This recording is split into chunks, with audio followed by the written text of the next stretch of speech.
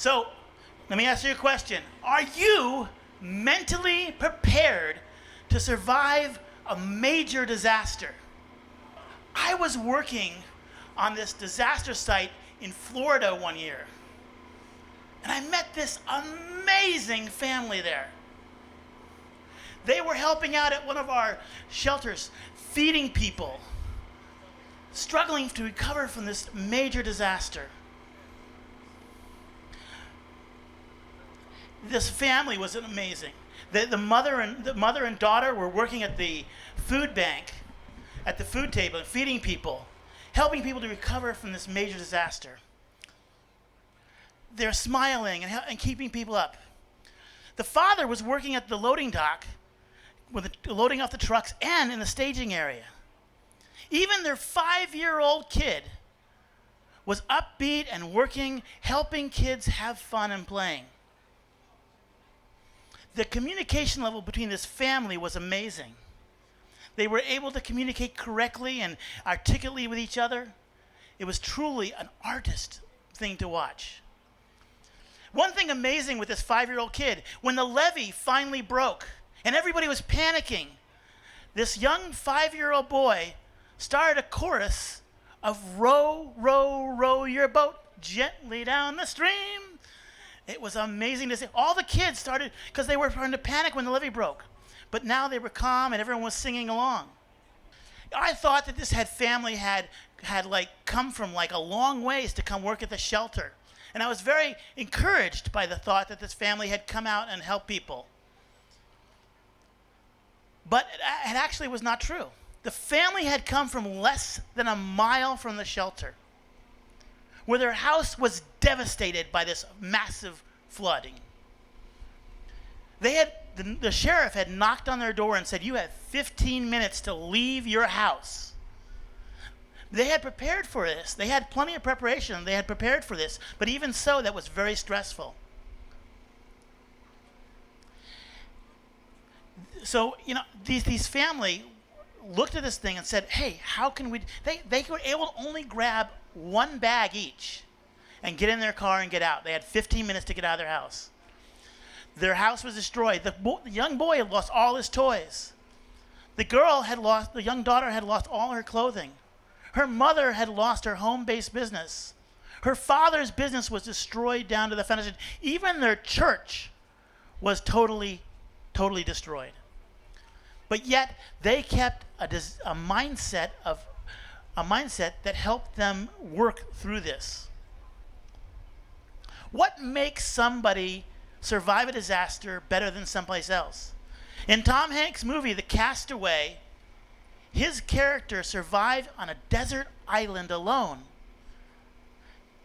He persevered through setbacks, through depression, through losses, but yet he persevered because he had a mindset to survive. There's 4 parts to developing a mental mindset for yourself. The first one is to control your thoughts. And you do this by stopping mid-thought. And then think about things. When you stop mid-thought and start thinking about something and start thinking about what's next, you're developing an opportunity that you can fix the problems. You can develop an idea of how to persevere over these things. So stop mid-thought and start thinking about and putting things in your mind, like your family and people around you. You need to develop a personal mid-range mind thought. The second part to developing a disaster mindset is learning to control your breathing. I'm a big fan of this guy named Tony Robbins. Some of you may have heard of him, Tony Robbins. And he has this power breath practice he has. And his power breath practice is 4 times a day, you take what's called power breaths. And you breathe in through your nose, and you breathe in for 5 seconds through your nose. Hold it for 10 seconds. And then let it out for 20 seconds. And do this 10 times.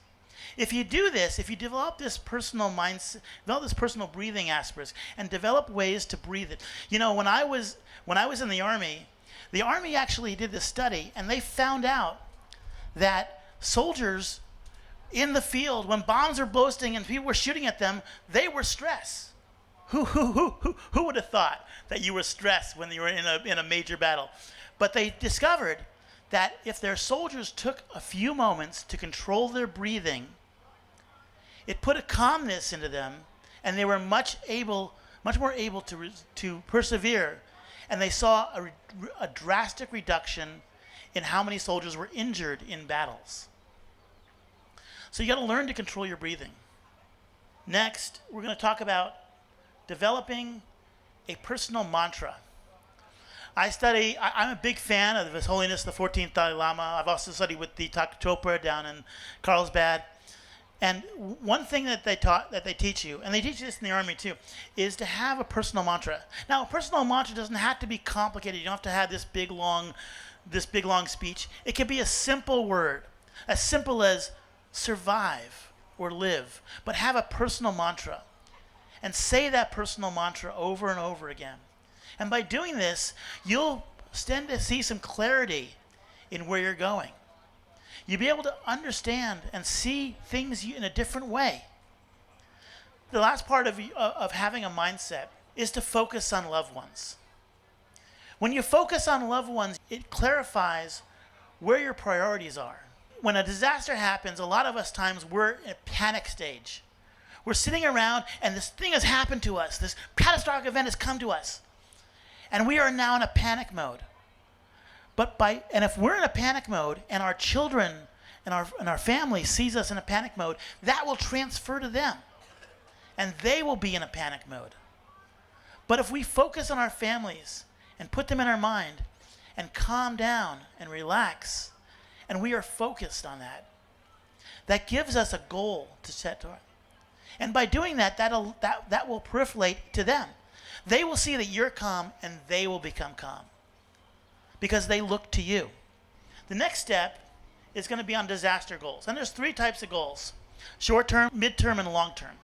In short-term goals, you want to basically just get through the next 5 minutes, 10 minutes. Just get through that part. Set goals, verbally set them, say them out loud so people understand what your goals are. Because when other people understand them, they're able to articulate them better. Midterm goals, you want to start writing them down. And those could be a couple of days. And then your long-term goals are to the end of the disaster. When I work with the Red Cross, we concentrate on those long-term goals. When we open a shelter, the first thing we're doing is forecasting when we're closing the shelter. So we're setting those goals. We're setting short-term goals. How do we get people registered? Our mid-term goals is how do we feed people? And then the third goal is when are we going to close? When are we going to get these people back to their homes? So the next thing is to learn how to visualize. So if you visualize the disaster is happening, if you're able to put this in your mind and you're able to visualize and see yourself through the disaster, that helps you find that pathway to recovery. So learn to visualize. And then beyond that, you need to learn how to keep up and practice and training. Now, there are plenty of people here. We have the CERT here, we have Red Cross here, we have first responders here, and they all have programs that can help you develop a training regiment for preparing for disasters. This fair is an incredible resource, and you should see every one of these booths and talk to these people. The SOS survival people have incredible kits that you could put together. So you could put a kit in your car, a kit at your home, a kit at your work, a kit at your church, a kit wherever you are. You should have a kit there, wherever you spend the time. And you should develop these personal things. And have every member of the family take an active role in developing a training regiment. Your kids can learn how to do a fire extinguisher. It's a very fun thing to have them kids learn to do. Your family can learn, hey, when we get out, where are we going to meet? Have several places to meet. So develop this training regiment so you can do that. And that will allow you to survive and thrive in a disaster. Now, to give you a little information about my company is called the Preparedness Network. I've been a disaster manager and shelter manager and supervisor, head of logistics, and all that for the Red Cross. I've worked with CERT for many years. I've worked with neighborhood councils. I've worked with Mayor's Budget Committee. I work at a Sikh temple making meals for families. I work at food banks. I have a lot of experience working in disaster preparedness and also with volunteer organizations.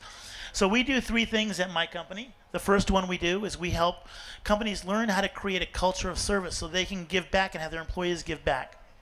We also help build disaster preparedness training. So you can do triage training, triage drills with your company, and you can take control and build your brand, your community. If a disaster happens and you're an organization or company and you don't do anything for your community will see that. But if you do something, the community will notice that even more. They will say, you were there for me, so I'm going to be there for you. So it's an imperative that every company, every business, every organization take an active role in disaster preparedness, not only for their people that work with them, but also for their community that they work with and they sell to and they do business with. So we do that, and we also are John Maxwell Leadership Training, so we do that. We have a booth right over here. I'd be happy to talk with you, any of you, if you have any questions on that.